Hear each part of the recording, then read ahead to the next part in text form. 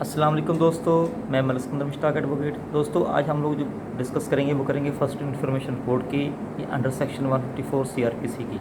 दोस्तों, एफआईआर जो है वो कब करवाई जाती है, कौन इसको काटता है, फिर उसके बाद ये किस तरह से होती है, इसकी लीगल एंटिटी क्या है और उसका एविडेंस पर क्या रोल है और इसका ट्रायल पर किसका क्या रोल होगा। दोस्तों, आज इस पर हम डिस्कस करेंगे। सबसे पहली बात जो है ये है, कोई भी मामला होता है जो कॉग्निजेबल ऑफेंस का हो, जिस पे पुलिस जो है वो क्या करती है कि वो उस मामले को खुद हैंडल कर सकती है, तो फिर वो 154 की जो है वो एफआईआर लॉन्च होती है।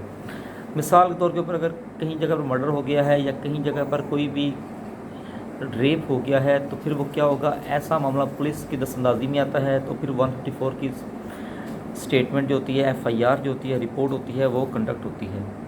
अब ये एफआईआर जो है, ये ज़रूरी नहीं है कि जिसके साथ कोई मामला हुआ है, विक्टिम है, वही करवा सकता है। इसे कोई भी करवा सकता है, इवन के नाबालिग भी करवा सकता है। अब दोस्तों, उसके बाद क्या होगा, अब इसका तरीक़ेकार क्या है। इसका तरीक़ेकार ये है कि अगर आपने रिटन फॉर्म में करवानी है तो आपने एक एप्लीकेशन लिखनी है। एप्लीकेशन लिखने के साथ अपने आईडी कार्ड की सॉफ्ट कॉपी लगानी है लफ करके। उसके बाद फिर आपने क्या करना है, फ्रंट डेस्क पे जाना है किसी भी।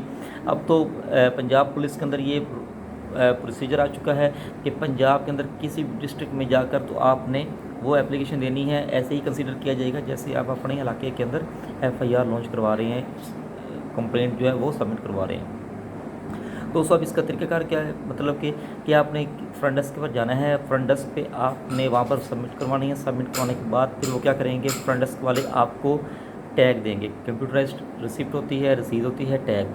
वो टैग को आपने अपने साथ रखना है। उसके ऊपर तफ्तीशी का नाम होता है, उसका फ़ोन नंबर होता है, फिर आपका ऑफेंस जो है वो नेचर ऑफेंस लिखी जाती है, आपका नाम, आपका फ़ोन नंबर लिखा जाता है, पुलिस स्टेशन क्या जहाँ पे आपने सबमिट करवाई वो सारा, और वक़्त जो है, वक़्वा जो है वो सारा उसके अंदर सबमिट किया जाता है, यानी लिखा जाता है। जब लिखने के बाद फिर वो टैग आपको दिया जाता है। टैग ने आपने संभाल के रखना होता है। फिर आपको तफ्तीशी जो है वो मुनासिब वक्त पर कॉल करता है और वो आपको वहाँ पर तलब करता है। तलब करने के बाद फिर वो आपसे जो है वो मामला पूछता है, वेरिफिकेशन करता है। फिर उसके बाद दूसरी पार्टी को बुलाता है। उसकी वेरिफिकेशन के बाद फिर वो क्या होता है, अगर वो एफआईआर लॉन्च होती है तो एफआईआर लॉन्च करेगा। बस सूरत दिगर वो उसे डिस्पोज ऑफ कर देता है, यानी दाखिल दफ्तर कर देता है। अब दो तरह की नेचर जो है, यानी कि नेचर्स जो हैं जहाँ पर वो तफ्तीशी ने बुलाना होता है दूसरी पार्टी को। अगर ऐसा मामला है जहाँ पर डाउट क्रिएट हो, या जहाँ पर ऐसा मामला हो कि जहाँ पर एफआईआर लॉन्च करने से पहले पार्टी को सुना जाना ज़रूरी है, तो फिर वो तफ्तीशी जो है वो पार्टी को सुनेगा।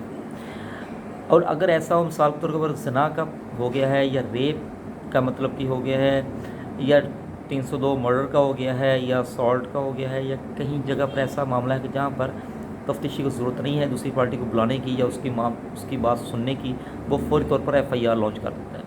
अब जो एफआईआर है ये कोई लीगल इसकी एविडेंस नहीं, यानी कि ये एविडेंशियली वैल्यू इसकी इतनी ज़्यादा नहीं है कि इसी के ऊपर ही दूसरे शख्स को जो मौत हो जाएगी, या कोर्ट जो है वो बस एविडेंस कलेक्ट नहीं करेगी, बस इसी के ऊपर करके तो वो सेंटेंस पास कर देगी। नहीं, ऐसा नहीं होता, बल्कि ये एक प्रोसीजर है कि आपने कानून को हरकत में लाना है। दूसरा इसके अंदर जो है दोस्तों वो ये है, अगर आपने ओरली जाना है तो आप क्या करेंगे, मुहर्रर के पास जाएंगे। मुहर्रर वो आपकी जो गुजारिशात है उससे कलमबंद करेगा। कलमबंद करने के बाद फिर वो आपके वहाँ पर अंगूठा साइन करवाएगा, और साइन करवाने के बाद वो आपको शनाख्ती कार्ड नंबर आपका लिखेगा और शनाख्ती कार्ड की कापी लेगा आपसे। लेने के बाद फिर वो आपको कहेगा कि जाएँ आप फ्रंट डेस्क पे जाएँ और वहाँ से टैग करवा कर लेकर आएँ। वो आप टैग करवाएंगे और अपने पास रखेंगे। अब दोस्तों, उसके बाद जो है तरीक़ेकार वो क्या होगा कि एफआईआर लॉन्च होगी। जब एफआईआर लॉन्च हो गई है तो उसके बाद आपने 161 की स्टेटमेंट करवानी होती है, यानी अपने विटनेस को लेकर जाना है वहाँ पर, अपनी सब मामला करवाने हैं कि किस तरह से मामला हुआ है। और जब वो 161 की स्टेटमेंट हो जाएगी तो फिर वो पुलिस वाले जो हैं वो डेफिनेटली ट्रायल जो है वो उससे पहले अपनी 173 की रिपोर्ट सब तैयार करते हैं। अब दोस्तों, हम सिर्फ आज करेंगे डिस्कस 154 सीआरपीसी के अंदर ही। अगर एफआईआर जो है वो ताख़ीर से हो जाए, अब इसके अंदर दो मामला थे। अगर तो एफआईआर फौरी तौर पर हो गई है, इतनी ज़्यादा जल्दी हो गई है कि जहाँ पर इंसिडेंट हुआ है, अकरेंस जो है वहाँ पर हुआ है, जिस जगह पर हुआ है प्लेस ऑफ अकरेंस, उस जगह से पुलिस स्टेशन का फासला जो है वो तकरीबन 1 घंटे का है, मगर एफआईआर बहुत 1 घंटे में लॉन्च हो गई है, तो ऐसी एफआईआर मशकूक होती है। और अगर जहाँ पर पुलिस स्टेशन का और प्लेस ऑफ अकरेंस का जो डिस्टेंस है वो 20 मिनट का है, मगर आप 1 दिन, 2 दिन, हफ्ता, 10 दिन या 4 घंटे 5 घंटे बाद अगर आप वो करवाते हैं तो वो भी प्रोसिक्यूशन के लिए क्या होगा, वो इतनी ज़्यादा हैसियत नहीं होती, वो भी डिले फैक्टर हो जाता है। डिले फैक्टर में भी शुकुक व शुबहात पैदा होते हैं। अब इसमें जो है अब ज़रूरी नहीं है, अब डिले फैक्टर के ऊपर भी 2 चीज़ें आ गई हैं। मिसाल के तौर के ऊपर अगर आपने डिले फैक्टर हो गया है, ये फैटल नहीं होता है प्रोसिक्यूशन केस के लिए, ठीक है डिले हो चुका है, अब ये शुकुक शुबहात तो पैदा कर रहा है, मगर इसका मतलब ये नहीं है कि डिले हो गया लिहाजा अब एफआईआर नहीं हो सकती, या एफआईआर है वो अब उसकी मुकम्मल हैसियत ही ख़त्म हो चुकी है। नहीं, ऐसा बिल्कुल भी नहीं है। हाँ, उसके बाद ये होगा कि अगर डिले फैक्टर हो गया तो आपने साबित करना है, एक्सप्लेन करना है। अगर आप एक्सप्लेनेशन नहीं भी दे सके तो ये प्रोसिक्यूशन के लिए इतना ज़्यादा फैटल नहीं है। दोस्तों, वीडियो देखने का बहुत बहुत शुक्रिया। नेक्स्ट जो हम पार्ट करेंगे इसको लीगल एंटिटी करेंगे, इसका प्रोसीजर करेंगे कि क्या प्रोसीजर है और क्या तरीक़ेकार के तहत ये आगे कंडक्ट होगा। Thank you so much.